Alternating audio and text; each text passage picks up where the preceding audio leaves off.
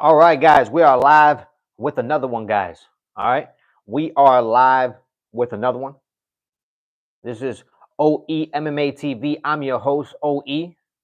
Like and subscribe if you're new to the channel. It takes minimal effort to give me the thumbs up, so you might as well do it. The only channel where the fans come first, not last. All right, guys, topic of discussion my UFC 317 fight predictions, guys. I'm going to start bottom to top, basically. All right, let's start off with Cedricus Dumas versus Jackson McVoy. Look, guys, uh, this fight, I mean, I don't know if it's gonna be an interesting fight or not, but McVoy, Jackson McVoy. I mean, what is this? His first fight in the UFC, guys. His first fight probably in the UFC is 0-0. Cedricus Dumas. I mean, he's 1-2 in his last three. Um, Not too exciting, but if I had to pick somebody right now, I'm gonna pick Cedricus Dumas to beat Jackson McVoy, just because I mean Cedricus Dumas has more experience in the UFC. At least he's had fights in the UFC. I mean McVoy has not even had one fight in the UFC, so I have to pick Cedricus Dumas to win that, most likely by unanimous decision, guys. Hopefully by knockout, but uh we shall see. All right, moving on, guys. All right, we got Nico Price versus Jacoby Smith. Um, Look, guys, Nico Price, the guy's like a dead body. You know what I mean? I mean, he's not. This fight is not that impressive either. I'm just being honest. You know what I mean? Nico Price is 1-2 as well. He's 1-2 in his last three, and Jacoby Smith, he's 1-0. He's 1-0. Um, I just, I just don't like Nico Price. I really don't. I don't like his style. I, I think he's a funny character. Don't get me wrong. Very interesting, right? But if I had to pick somebody, man, I gotta pick Jacoby Smith, guys. I mean, and even that's you're pulling my leg there. You're pulling my leg here. You know what I mean? Because and the only reason why is because I don't like Nico Price. I just don't think Nico Price can. I don't think Nico Price could beat Jacoby Smith. That simple. I think Jacoby Smith is going to go in there and most likely knock him out in the first round. You know what I mean? I just don't. Nico Price is not that impressive, guys. He really isn't. All right. Moving on, guys. We got Hyder Emil versus Jose Delgado. All right. You don't hear that name every day at all. Either one of those. Guys, both of these guys are, they got a good record going on right now. All right. I mean, we got Hyder Emil. I mean, he's 3-0 in his last, three. And Jose Delgado. I mean, he's 1-0. We need Bonnie Blue in the UFC ASAP. We need to make UFC women flyweight division great again. Uh, Definitely should, man. I agree with you. There's a lot of things the UFC should be doing right now, guys. They really should. Guys, like and subscribe if you are new to the channel. It takes minimal effort to give me the thumbs up, so you might as well do it, guys. Don't forget to click that bell notification, guys. It keeps us all connected in this beautiful community that you guys are building, because this is your channel, guys. I am just the pilot. All right. Let me see. Connor here, call Khabib someone. Nico Price sounds like a bachata singer. Sun God, I'm telling you, man. I'm telling you, Nico Price. That's his name. That's his name. But anyways, Hyder Emil versus Jose Delgado. Look, I like Jose Delgado. I really do. I think the guy always goes in there. He's entertaining. I just think Hyder Emil has more experience. He has a better overall game, and he's 3-0. He's 3-0. In his last three. So I'm gonna have to pick Hyder Emil for that simple reason. You know what I mean? I like Jose Delgado, but I just think Hyder Emil is a better overall mixed martial arts fighter. Point blank. All right, moving on. We got Terrence McKinney versus, man, I can't even pronounce this dude's name. Borshev. I'm gonna say Borshev. Terrence McKinney is 2-1 in his last three, and Borshev is 1-2 in his last three. Man, this is a tough one. This is a tough one, guys. It really is. No, it's not. No, it's not, guys. It really isn't. I'm going for Terrence McKinney. Come on now, guys. I mean, he's 2-1 in his last three. Borishev, he's 1-2 in his last 3. I'm gonna go with the guy with the better record, and I like Terrence McKinney as well. I like his stand up. I think he'll be able to most likely get the KO. Most likely early in the first round. That's the way I look at that one. All right, moving on. We got a women's fight here. All right, we got the fine ass Tracy Cortez. You know what I mean? Find her in my DMs. You know what I mean? Her and D Devlin, both of them. It'll be spectacular if we could have a little nightcap, if you know what I mean. But anyways, we got Vivian. We got Vivian versus Tracy Cortez. Both girls are 2-1 in their last 3. This is a good fight. Tracy Cortez, of course, coming after her loss. I don't know. I really don't. I like Vivian as well. I mean, she's lost against high level competition as well. You know, this is a tough one for me to pick, man, because Tracy Cortez is just fine. You know what I mean? Like if I saw her outside in the calles, I'm gonna have to ask for those digits. You know what I'm saying? Like Tracy Cortez is one of them females that if I saw her at the gym, I have to pretend like I'm not looking at her. You know what I mean? Because it's just, man, the booty is just bada bing, bada boom. But anyways, guys, I'm gonna pick Tracy Cortez to win this fight just because. Look, I'm not gonna pick against Tracy Cortez. I'm really not. You know what I mean? Even though I should be picking against Tracy Cortez just because if you go into the octagon with eyelashes, I mean, it just speaks volumes about your character, right? But that just tells me that Tracy Cortez, she really cares about the way she looks.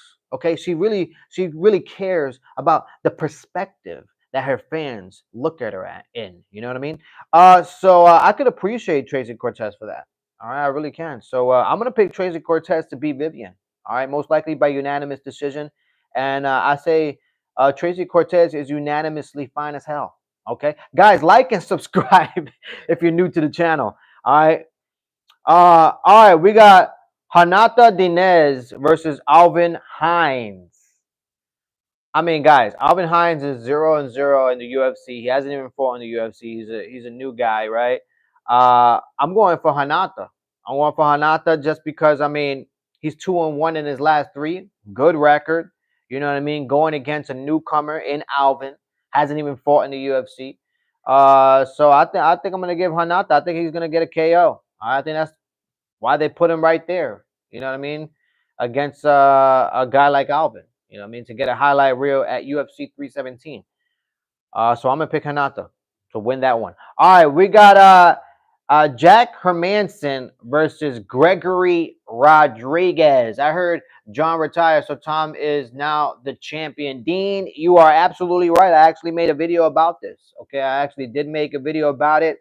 It was breaking news at the time. John Jones did retire. Okay, Dana White did make his appearance. He did talk to the media, and he did break the news about John Jones finally vacating his title and retiring, which does make Tom Aspinall the heavyweight champion, undisputed. However, guys, Dean, everybody on the chat, the heavyweight division is in shambles. There's nothing there, guys. Okay, did you watch? Did you watch the last heavyweight fight that just happened this Saturday? Those two, oh my God, atrocious, atrocious. Did you see? Did you see Muhammad Usman? Did you see that fight? Atrocious, guys. Heavyweight division is in shambles. The UFC should be ashamed. But anyways, moving on. Jack Hermanson versus Gregory Rodriguez. I like Jack Hermanson. I like Gregory Rodriguez. But I just think this all boils down to the power puncher. Okay? And I think Gregory, hopefully he's worked on his stamina because on his last loss, because he did lose his last fight. However, it was against a high-level fighter, okay? And he was definitely on a tear prior to that. And I think Gregory Rodriguez is just the harder puncher, and I think that's what it boils down to. And I think at the end of the day, Jack Hermanson is going to get caught by Gregory Rodriguez. I think Gregory Rodriguez is the harder puncher. He stays in the pocket. He's not afraid to stay in the void. He's very patient. The only thing that I worried about him is his stamina. You know what I mean? His endurance. But this isn't a 5-round fight. This is a 3-rounder. So I'm gonna give it to Gregory Rodriguez to win this by unanimous ass whipping. Most likely by KO. That's what I'm gonna say. I'm gonna go for Gregory Rodriguez, guys. All right, we got next fight: Peyton Tailbait or Tailbot, whatever you want to say, versus Felipe Lima, guys. Peyton, he was his up and comer, still an up and comer. Recently, has lost against opponents that utilize their mixed martial arts skills. Peyton is not really a good wrestler or has some good wrestling defense. Peyton is just a great striker. He's always making things fun. He always looks for the highlight reel knockout. But when it comes to the overall game, I don't know if Peyton Tailbay has put it together. And Felipe Lima, man, he's a overall fighter, man. He's an overall mixed martial arts fighter. I mean, he could take the fight to the ground. He has good enough striking. I mean, I wouldn't say Felipe Lima has better striking than Peyton. I wouldn't say that. I do think Felipe Lima does have a chance to get caught by Peyton, but I think when I look at Peyton and Felipe's overall game individually, I think Felipe Lima is the better overall mixed martial arts fighter. I really do. And if he can go in there with a good team and a good game plan against Peyton, I think Felipe Lima could make this really, really difficult for Peyton Tailbait to actually win this fight. So look, man, call me crazy, man, but I think Peyton Tailbait is gonna take a losing streak, guys. I'm gonna go for Felipe Lima. And I think Felipe Lima uses his overall game. I think Felipe Lima uses his mixed martial arts and beats Peyton Tailbait and teaches him a little bit more about mixed martial arts. Okay, that's what I say about that one. All right, moving on. Now this one was hard for me. This next fight was hard for me, guys. Let me read some of the comments here on the chat. Dean says Ronda Rousey versus Khabib. Look, guys, nobody's beating Ronda Rousey. Okay, nobody is beating Ronda Rousey. You heard Dana White. Greatest boxer. Greatest boxer in Ronda Rousey of all time. Okay, she'll beat Mayweather. All right. Craziness. James Dillon says Jones gonna lose via unanimous decision in court for fleeing the scene of another car crash. Look, James, I agree with you, man. I agree with you wholeheartedly. It's crazy that we are here right now. You know what I mean? I mean, after all the nonsense, you know what I mean? I mean, John Jones is complicated, man. The guy is complicated. He really is. He really is. But moving on, uh, guys, this one was a real tough. This one was tough for me, man. We got Benil Dariush versus Renato Magano. You know what I mean? And guys, this one was a tough one for me. When I look at both of these guys, they're virtually identical. They're the same age. You know what I mean? I mean, they're brown. Like they're great at Brazilian jiu-jitsu. Their stand-up is pretty good as well. Man, this one was tough for me. I'm a fan of both. Man, I'm a fan of Renato. I'm a fan of Benil. I really am. I think both guys are great mixed martial arts fighters. Benil Dariush does have some mileage on him. Renato Marcano, he's more like he's an older guy, but he is an up and comer as well. Man.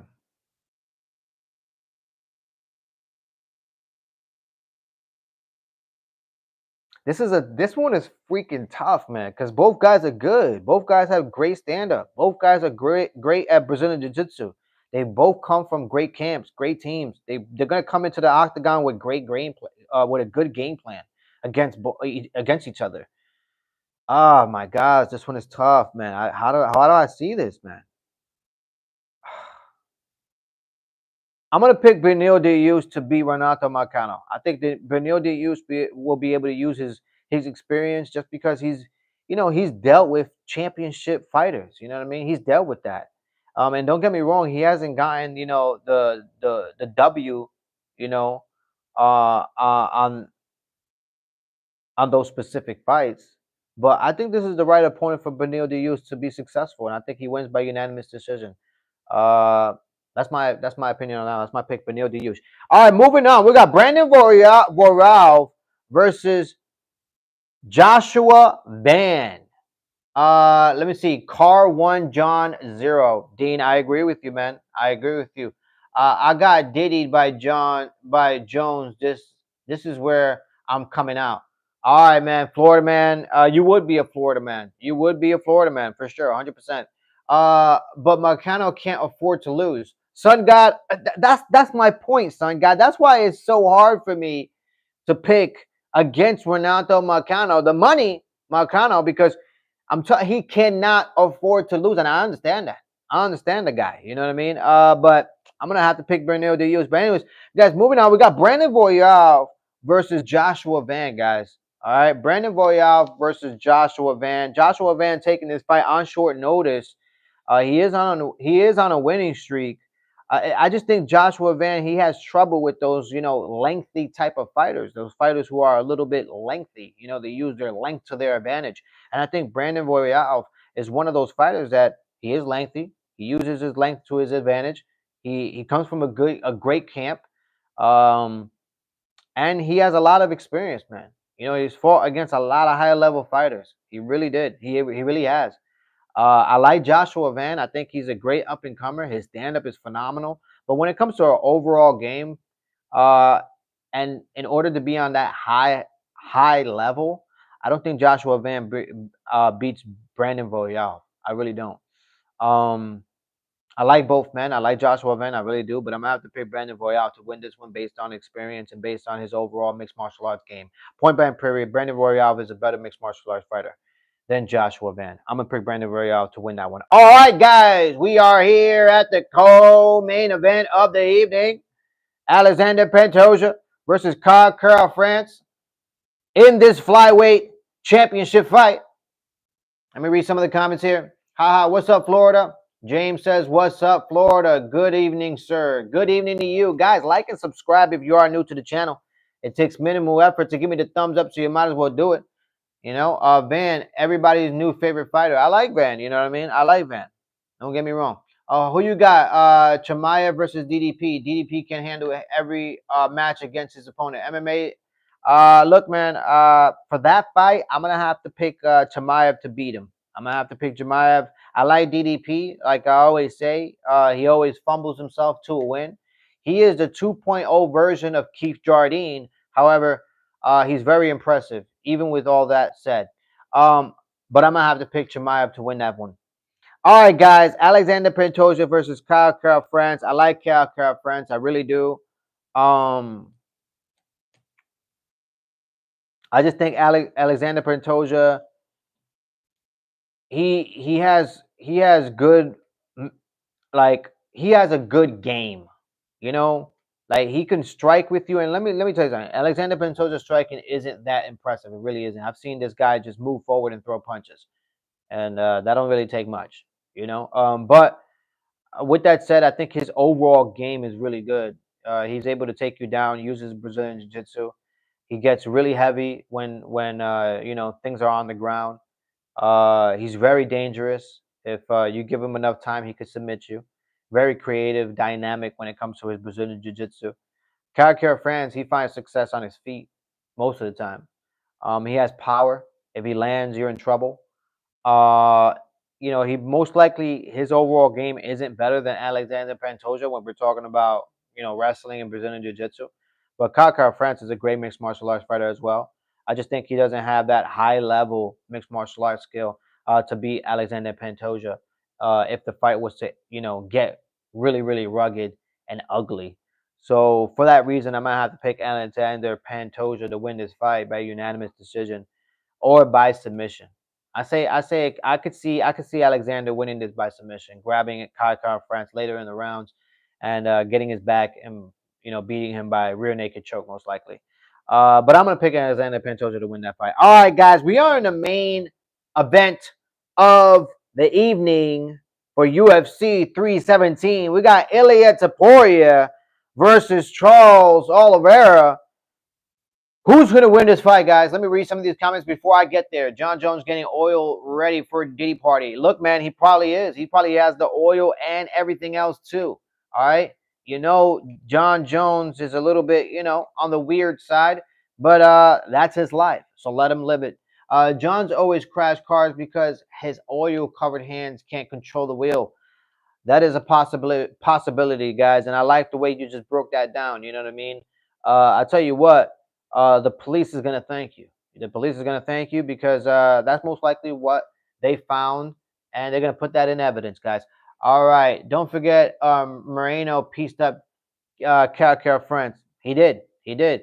I agree with you, son. God, Diddy at prison. I don't know. GOAT, greatest of avoiding Tom. Damn, somebody's getting creative out here. I would love to see Charles serve Taporia some humble pie. Son of God, look, when it comes to Ilya Taporia versus Charles Oliveira, guys, like and subscribe before I get into my UFC fight predictions, my final UFC fight predictions. All right, this channel is yours. I am just a pilot, guys. All right, only channel where the fans come first, not last. All right, guys, Ilya Taporia versus Charles Oliveira. I do see Ilya Taporia catching Charles Oliveira very early in this fight. However, I do not see Ilya Taporia finishing Charles Oliveira. I think Charles Oliveira uses his ground game into his advantage. I think when he does get hurt, he's going to fall to the ground, and he's going to hope that Ilya Taporia follows him. And I think at some moment, Ilya Taporia will follow him to the ground, giving Charles Oliveira a very strong advantage. Now, look, it's not a really big advantage, but it's a strong advantage. Charles Oliveira can hold his own on the ground, and I think that's what's going to hold his patience to those winning rounds later on in those later rounds. However, even though Charles Oliveira will get caught, I think Charles Oliveira will find success. I really do. I think he's a more length. He's a longer fighter. Ilya Taporia is much shorter. I think in order to win for Ilya Taporia, he's going to have to close the distance and land those punches. Now, he has. All right, we saw what he did to Volk. We saw what he did to Holloway. But Charles Oliveira, he's a bit different. You know what I mean? And the way he even strikes. So Ilya Taporia is going to have to be very creative on how he catches Charles Oliveira. Now, everybody has caught Charles Oliveira. Everybody has dropped Charles Oliveira. But the problem there is, can you finish him? And later on in Charles Oliveira's career, it's been very hard to finish the guy. So I think Charles Oliveira actually wins this fight, guys. I really do. I think Charles Oliveira finds success later in the rounds and makes it hard for Ilya Taporia to win this fight. Uses his length to his advantage. Charles Oliveira wins this unanimous decision or split decision. Charles, game over, guys. That's what I'm saying. That is my UFC fight predictions for UFC 317. You welcome. Let me read some of these chats before I'm out of here. Peeps drop a like for a guy. Show him some love. Thank you, man. I appreciate it. The only reason why I voted Tom is because he's white. That's fucked up, but it's a joke. I get it. Either Charles gets a sub or he loses via TKO. I agree. I agree, son God. I agree with you. The fight that I'm most likely looking forward to is that Tracy Cortez. All right, I want to see that. I want to see that body. You know what I mean? I want to see that body in that octagon. I want to see those, those iceberg curves in that octagon. I want to see the right angle. You know what I mean? In that octagon. All right. I want to see that 90-degree angle. You know what I mean? But anyways, guys, like and subscribe if you are new to the channel. All right. It takes minimal effort to give me the thumbs up, so you might as well do it. And you already know what it is, guys. When it comes to my UFC fight predictions, I'm 133 wins and 91 losses. That is 133 wins and 91 losses, about a 60% rate when I, call them. So that's not bad, guys. But I'm out of here, guys. Like and subscribe. This is my UFC fight predictions. Y'all be good. Until next time. Peace. One love.